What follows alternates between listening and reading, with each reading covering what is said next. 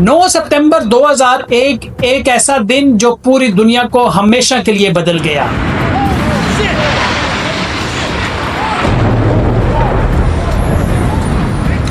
जहां एक तरफ थी दुनिया की सबसे बड़ी super power America. Either you're with us, either you love freedom and with nations which embrace freedom, or you're with the enemy.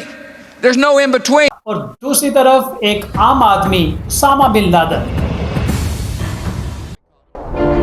आज से 25 साल पहले सोवियत यूनियन टूटने के बाद अमेरिका अकेला सुपर पावर बन चुका था। अमेरिका का उस वक्त कोई भी सीरियस कंपटीटर नहीं था, जैसे कि आज चाइना और रशिया है। 11 सितंबर 2001 19 लोग अमेरिका के 4 बड़े जहाजों को हाईजैक करने के लिए मुख्तलिफ एयरपोर्ट्स पर पहुंचते हैं। हर जहाज के लिए 5 लोगों की टीम बनाई गई थी। प्लान के मुताबिक पहले जहाज को हवा में सिर्फ 15 मिनट रहने के बाद ही हाईजैक कर लिया गया था। मोहम्मद अता ने पहले जहाज को हाईजैक किया। दोनों पायलट्स को मारकर अता ने अपना पायलट सीट पर बैठा दिया। शुरू में सब कुछ नॉर्मल लग रहा था, लेकिन पायलट से एक बटन गलती से प्रेस हो गया जो डायरेक्ट एयर ट्रैफिक कंट्रोल से कनेक्ट हो गया। अता ने पैसेंजर से कहा, आराम से बैठ जाओ, हम सिर्फ न्यूयॉर्क एयरपोर्ट की तरफ जा रहे हैं। ये फ्लाइट पहले बोस्टन से लॉस एंजलिस जा रही थी, लेकिन अता और उसके साथियों के कंट्रोल में आने के बाद उन्होंने इस प्लेन की डायरेक्शन 100% तब्दील कर न्यूयॉर्क की तरफ कर दिया। जैसे ही जहाज न्यूयॉर्क सिटी के करीब पहुंचा, प्लेन बहुत तेज रफ्तारी से नीचे की तरफ आने लगा। बज़ाहिर तो ऐसा लग रहा था कि ये जहाज एयरपोर्ट पर लैंड करेगा, लेकिन कुछ ही देर बाद ये जहाज वर्ल्ड ट्रेड सेंटर के साउथ टावर के साथ टकरा गया। ये लम्हा दुनिया के लिए बहुत बड़ा शॉक था। किसी को समझ ही नहीं आ रहा था कि ये एक्सीडेंट हुआ है या प्लेन अटैक। दूसरा जहाज मरवान अल शेही उड़ा रहा था। जो भी इस पूरे प्लेन का मास्टरमाइंड था, उनका मकसद सिर्फ ये था कि दूसरा अटैक लाइव पूरी दुनिया देखे। और वही हुआ। लाइव टीवी पर जब पूरी दुनिया की नजरें वर्ल्ड ट्रेड सेंटर पर थी, दूसरा जहाज सीधा वर्ल्ड ट्रेड सेंटर के दूसरे टावर से जा टकराया।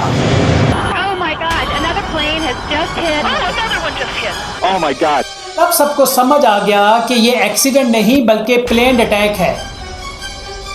प्रेसिडेंट जॉर्ज बुश के सेक्रेटरी ने उन्हें इन्फॉर्म किया, mister president, America is under attack. इसके बाद अमेरिका की आर्मी और इंटेलिजेंस फुल हाई अलर्ट हो गई। मुल्क के तमाम तर जहाज़ों को फौरन तौर पर लैंड करने का हुक्म दिया गया।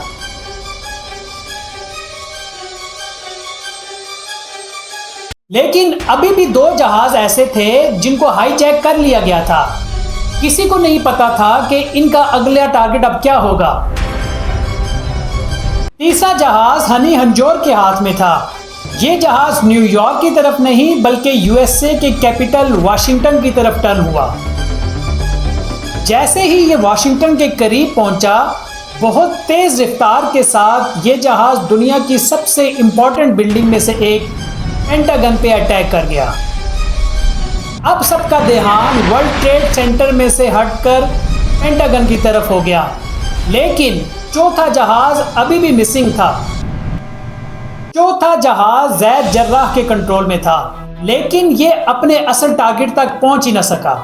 अमेरिका के प्रेसिडेंट के ऑर्डर पर चौथे जहाज को हवा में ही मार गिराने के लिए 2 फाइटर जेट्स तेजी से हवा में उड़ाए गए, लेकिन इन फाइटर जेट्स का टारगेट तक पहुंचने से पहले ही जहाज के अंदर के पैसेंजर्स ने हाईजैकर्स का बहादुरी के साथ मुकाबला करना शुरू कर लिया। ज़ैद ने पूरी कोशिश की कि जहाज की स्पीड को बरकरार रखकर अपना मिशन पूरा किया जाए, लेकिन पैसेंजर की बहादुरी के साथ मुकाबले ने उसके मिशन को फेल कर दिया।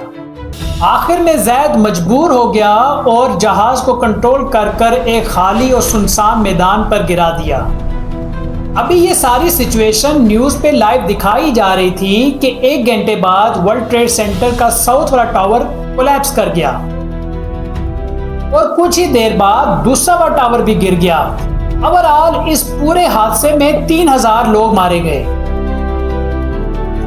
इस पूरे हादसे के नतीजे में अमेरिका को तकरीबन 10 से 12 बिलियन डॉलर का नुकसान हुआ। इससे भी बड़ा नुकसान न्यूयॉर्क की स्टॉक एक्सचेंज को पहुंचा, क्योंकि हमलों के फौरन बाद न्यूयॉर्क की मार्केट में पैनिक फैल गया और यूएसए की स्टॉक एक्सचेंज क्रैश कर गई। कुछ दिन के बाद अमेरिका के प्रेसिडेंट जॉर्ज बुश ने अनाउंस किया कि 9/11 अटैक्स के पीछे अलकायदा और उसके लीडर उसामा बिन लादेन का हाथ था, जो कि अफगानिस्तान में थे। जब पूरी दुनिया उसामा बिन लादेन को ब्लेम कर रही थी, तब उसामा बिन लादेन सामने आए और उन्होंने कहा, मेरा तो इन हमलों के साथ कोई लेना देना नहीं है। If you reflect back to 9/11, how is it that 18 people were being trained for months and CIA was asleep? The most powerful organization. How was it that 4 aircrafts, 4 airliners are being hijacked from 4 different airfields and the CIA doesn't know? How is it that 3 of them go into the World Trade Center and the Pentagon, CIA is asleep? इसके बाद मुसलमानों की बड़ी organisation OIC, Organisation of Islamic Cooperation ने भी इन हमलों की सख्त मजम्मत की। मुस्लिम स्कॉलर्स जैसे ग्रैंड मुफ्ती ऑफ मक्का ने भी इन हमलों से सख्त नफरत का इजहार किया। इवन के अमेरिका के दुश्मन समझे जाने वाले ईरान के सुप्रीम लीडर आयतुल्लाह खमेनी ने भी इसे इस्लाम दुश्मन साजिश करार दिया। लेकिन इस सब के बावजूद भी वेस्टर्न कंट्रीज में इस्लाम का इमेज बहुत नेगेटिव हो गया और इस्लामोफोबिया बढ़ने लगा। Islamophobia since 9/11 has grown at a pace where it is alarming. America ने अफगानिस्तान की गवर्नमेंट तालिबान को अल्टीमेटम दिया कि अलकायदा और उसके तमाम तर leaders including Osama bin Laden को उसके हवाले किया जाए। लेकिन तालिबान ने ऐसा नहीं किया। उसकी सबसे बड़ी वजह यह थी कि अफगानिस्तान ने कुछ ही साल पहले एक बहुत बड़ी सुपर पावर सोवियत यूनियन को 10 साल की मुसलसल जंग के बाद शिकस्त दी थी और इस जीत में उसामा बिन लादेन ने बहुत बड़ा किरदार अदा किया था। सिर्फ 1 महीने बाद अमेरिका ने अफगानिस्तान पे अटैक शुरू कर दिया। On my orders, the United States military has begun strikes against Al-Qaeda terrorist training camps and military installations of the Taliban regime in Afghanistan. और इसे वॉर ऑन टेरर का नाम दिया गया। War on terror. War on terror. War on terror. War on terror. Afghanistan के चारों तरफ अपनी फोर्सेस को डिप्लॉय किया गया और धीरे धीरे अफगानिस्तान में एंटर कर लिया गया। अफगानिस्तान के अंदर तालिबान के खिलाफ जो सबसे पावरफुल लीडर था, अहमद शाह मसूद, अमेरिका ने उसकी आर्मी को पूरा सपोर्ट किया। अमेरिका के प्लान के मुताबिक तालिबान को अफगानिस्तान से निकालकर पूरे अफगानिस्तान पे कंट्रोल हासिल कर लिया गया। लेकिन इस सब के दरमियान अमेरिका को एक बहुत बड़ी रुकावट सामने आ रही थी, अल जजीरा मीडिया। जब बाकी दुनिया के मीडिया ज़्यादातर सिर्फ अमेरिका के हक में रिपोर्टिंग कर रहे थे, तब अल जजीरा वो वाहिद चैनल था जो दोनों तरफ के रियल फैक्ट्स दिखा रहा था। खास करके ऐसे एविडेंस भी दिखाए जा रहे थे जिसमें अमेरिकन फोर्स सिर्फ अलकायदा को ही नहीं बल्कि आम आवाम को भी निशाना बना रहे थे। इस रिपोर्टिंग के गुस्से में आकर अमेरिका ने अल जजीरा के हेडक्वार्टर को बम से उड़ा दिया। 9/11 के सिर्फ 3 महीने बाद अफगानिस्तान पर तालिबान की हुकूमत ख़त्म हो गई। उस वक्त अफगानिस्तान पर कोई भी लीडर मौजूद नहीं था।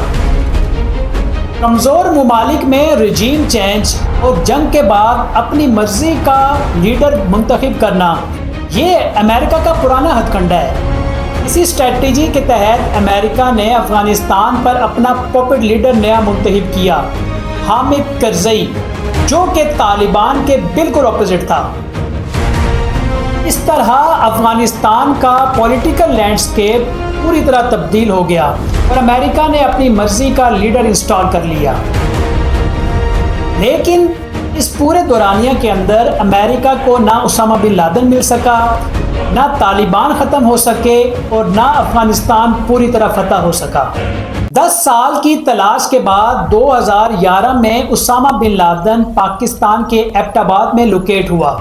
अमेरिकन इंटेलिजेंस को इसकी खबर मिलते ही उन्होंने एक हाई लेवल का ऑपरेशन किया और उसामा बिन लादेन को मार दिया गया। 20 साल की लंबी जंग, ट्रिलियंस डॉलर का खर्चा, तकरीबन 1,20,000 लोग मारे गए। 9/11 ने ना सिर्फ अमेरिका बल्कि पूरी दुनिया के पॉलिटिक्स और सिक्योरिटी मैप का नक्शा बदल दिया। दोस्तों, 9/11 के मामले में बहुत सी थ्योरी सामने आई हैं। अगर मान लिया कि ये सारे प्लेन्स उसामा बिन लादेन की डायरेक्शन पर ही चलाए गए, तो यहाँ पे एक सवाल उठता है, अमेरिका को इस चीज़ की परमिशन और जस्टिफिकेशन किसने दी? सिर्फ एक उसामा बिन लादेन को पकड़ने के लिए पूरे अफगानिस्तान पे बॉम्बिंग करे और 1,20,000 से ज़्यादा लोगों की जान ले। एक छोटी सी टेररिस्ट एक्टिविटी के लिए इतना बड़ा मिलिट्री ऑपरेशन और इतने ज़्यादा सिविलियंस का लॉस, ये किस वार रूल का हिस्सा है? ये सवाल सिर्फ हिस्टोरिकल क्यूरियोसिटी नहीं बल्कि उस वक्त की इंटरनेशनल पॉलिसीज़ और डिसीजंस को समझने के लिए बहुत इंपॉर्टेंट है। इसी तरह की मज़ीद वीडियो देखने के लिए चैनल को सब्सक्राइब करें।